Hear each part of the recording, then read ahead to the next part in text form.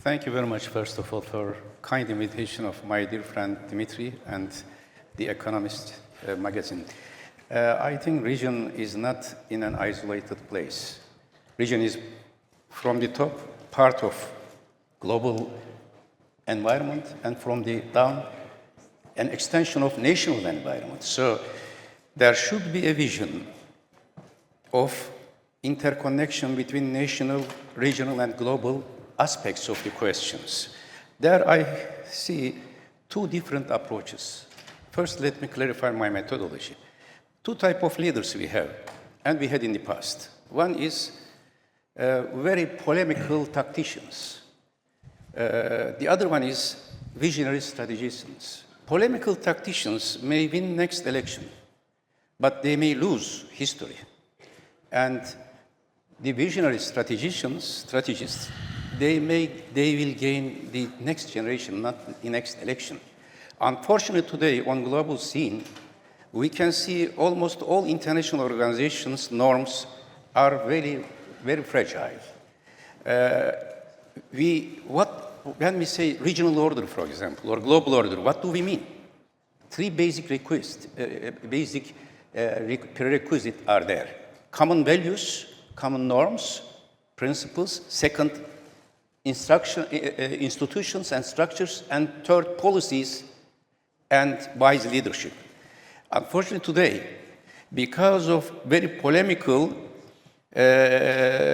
tactical leaders and policies, the established norms, the established institutions, and wise politics after the Second World War to create a global humanitarian climate is being shaken. Today, unfortunately, there is no real respect to basic Declaration of Human Rights, Universal Declaration of Human Rights. What is going on in Gaza is terrible. I am following these sessions. There was no reference to these issues since you said regional. I don't think that Gaza is a regional issue.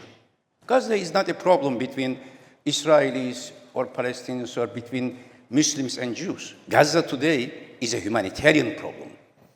All the basic values of humanity have been ignored there. Can you imagine? Former Minister of Defense of Israel declared, "We are fighting against human animals," underline, human animals. "We will eliminate them all, and we do not recognize any restraint, no restraint." As a human being, not as a former prime minister, politician, when I see this statement, where are we going? And this is not just a critic.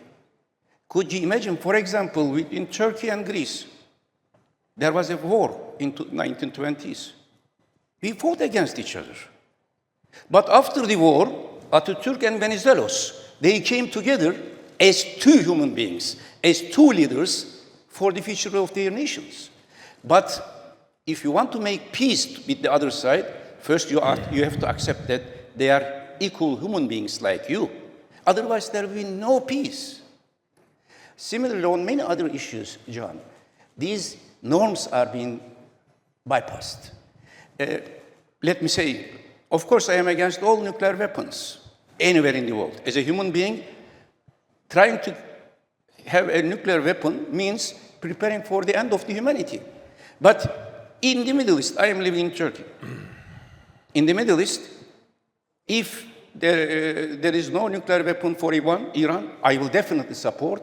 And I mediated between P5+1 and Iran in 2010, and we achieved a nuclear agreement with Brazilian friends when Iran had very low enriched uranium. That was a clear solution. But at the same time, I don't want any other nuclear weapon in our region, neither Iran nor Israel.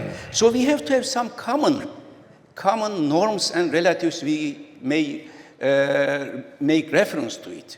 Today, with full respect to everybody, but President Trump's attitude even in NATO, I criticized in one of my articles a few days ago, as if I was in office today, I would ask President Trump, you attack nuclear facility in Iran, that might be seen as bilateral, but I am your ally as Turkey.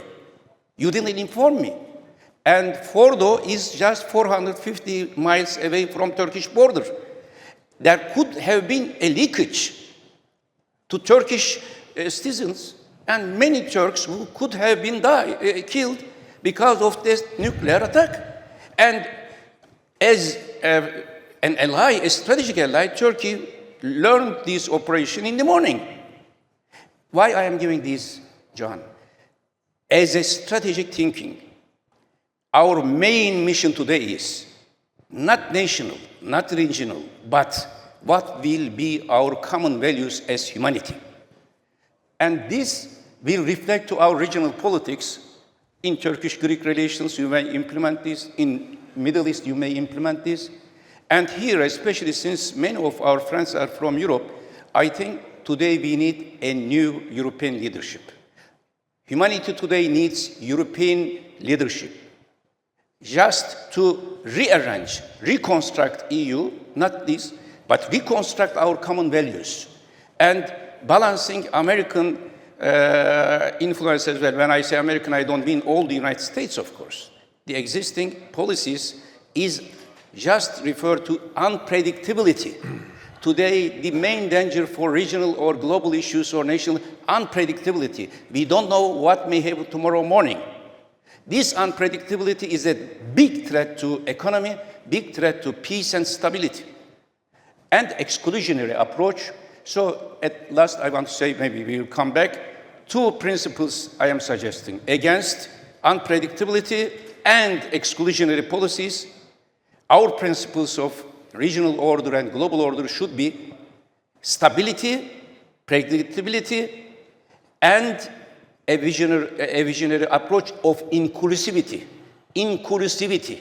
You cannot exclude a people living in their homeland, asking them to leave Gaza, where their ancestors lived for millennia there, making that place a holiday camp. How, in which capacity you are telling this to a people? From that until this, we have to be inclusive, we have to be visionary, we have to be principled and normative, and we have to, if necessary, we have to criticize ourselves as well.